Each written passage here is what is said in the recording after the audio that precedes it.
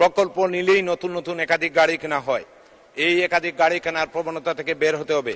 মাননীয় স্পিকার, একটু আগে আমাদের সংসদ সদস্য যিনি আগে মুখ্য সচিব ছিলেন আবুল কালাম আজাদ একটি বক্তৃতায় তার বলেছেন যে আমরা জুন মাস আসলেই দেখি যে আমাদের উপজেলা এবং জেলা লেভেলের কর্মকর্তারা কিভাবে টাকা তুলে রাখবেন, কিভাবে তড়িঘড়ি করে কাজ শেষ করবেন সেই লক্ষ্যে কাজ করেন, এবং অনেক টাকা আমরা এডিবির দেখি যেগুলা এই কর্মকর্তা কর্মচারীরা সেগুলো অনেক মন্ত্রণালয়ে বাস্তবায়ন করতে পারে না। আমরা এখান থেকে উত্তরণ থেকে বের হতে হবে। বিশেষ করে আমার জেলা সিলেট অঞ্চল, সিলেট বিভাগে যখন বাজেট দেওয়া হয় আমরা শুধু 3 মাস সুযোগ পাই কাজ করার। এই 3 মাসের মধ্যে টেন্ডার প্রক্রিয়া করতে করতে কাজের সময় চলে যায়, পরে তাড়াহুড়া করে সেই কাজের মান ভালো রাখা যায় না।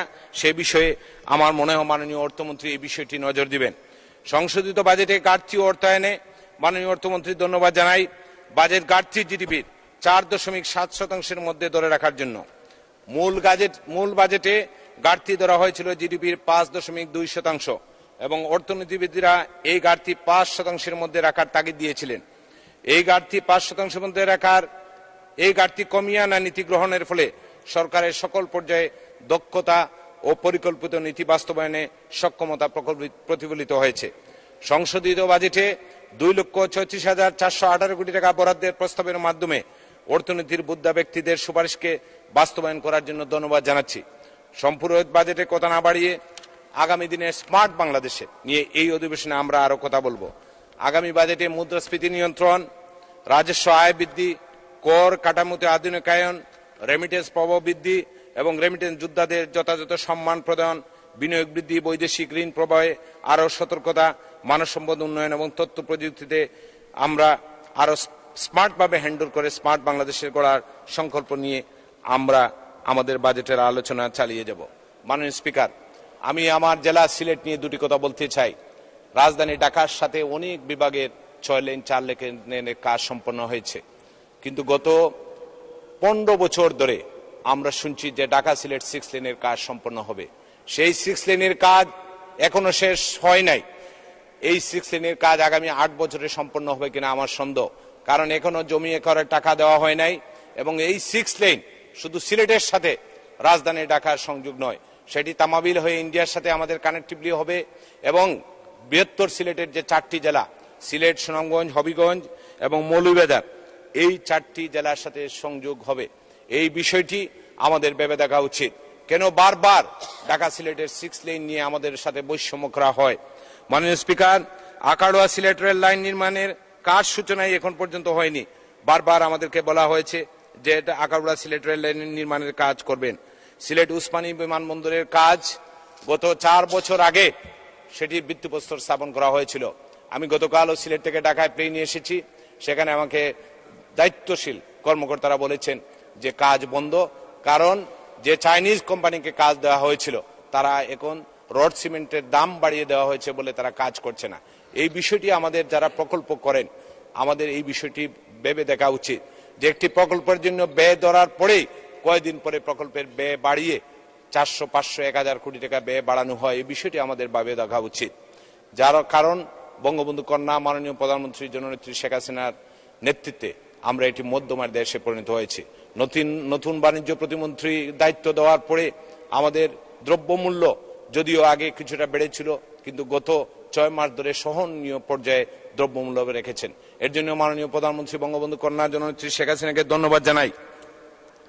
আর আরেকটি কথা, মাননীয় প্রধানমন্ত্রী, মাননীয় স্পিকার, যে গত কয়েকদিন আগে ঘূর্ণিঝড় হিমেলের কারণে এবং বিশেষ করে আমাদের সিলেট অঞ্চলে যে পাহাড়ি ঢলের কারণে সিলেট ব্যাপকভাবে ক্ষতিগ্রস্ত হয়েছে।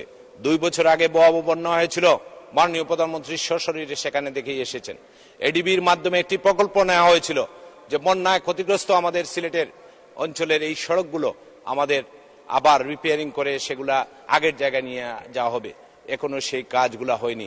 2 বছর আগে মাননীয় প্রধানমন্ত্রী বলেছেন, অর্থমন্ত্রী এডিবির সাথে কথা বলে আমাদের কাছ থেকে প্রকল্প এগুলো নিয়েছেন, কিন্তু সেগুলোর কাজ এখনো হয়নি।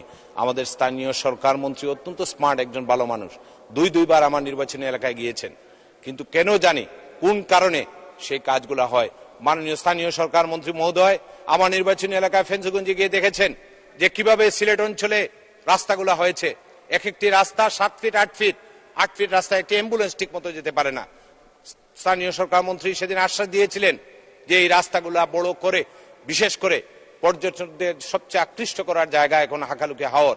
এই হাকালুকি হাওর সিলেট এবং মৌলভীবাজারের সংযোগস্থলে, সেই হাকালুকির হাওর ঘিরে আমাকে স্থানীয় সরকার মন্ত্রী আশ্বাস দিয়েছিলেন সেখানে একটি প্রকল্প নেবেন। উনি বারবার চিফ ইঞ্জিনিয়ারকে, প্রকল্প পরিচালকদেরকে বলেছেন, বলে দেওয়ার পরেও সেখানে কোনো কাজ এখন পর্যন্ত হয়নি। আমাদের মাননীয় মন্ত্রীরা বলে দেওয়ার পরেও কেন কাজগুলা হয় না, সেগুলা আমার মনে হয় এটি ভেবে দেখার সময় এসেছে যে আমাদের যে বৃহত্তর সিলেটের উন্নয়ন নিয়ে আমাদের সাথে যেন কোনো বৈষম্য না করা হয়, সেই বিষয়টি ভেবে দেখা উচিত। এই সিলেট বাংলাদেশের একটি প্রাণকেন্দ্র। এই সিলেটের প্রবাসীরা রেমিটেন্স পাঠায়, সেই টাকাগুলা ব্যাংকে থাকে, আমাদের রেমিটেন্স প্রভাব বৃদ্ধি করা হয়।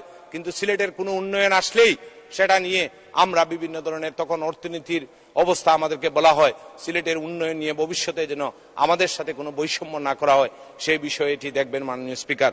আমি আশা করি আমাদের সকল মাননীয় মন্ত্রীরা, আজকে বাংলাদেশে 3টি প্রকৌশল বিশ্ববিদ্যালয় হবে, মাননীয় প্রধানমন্ত্রী করে দিবেন।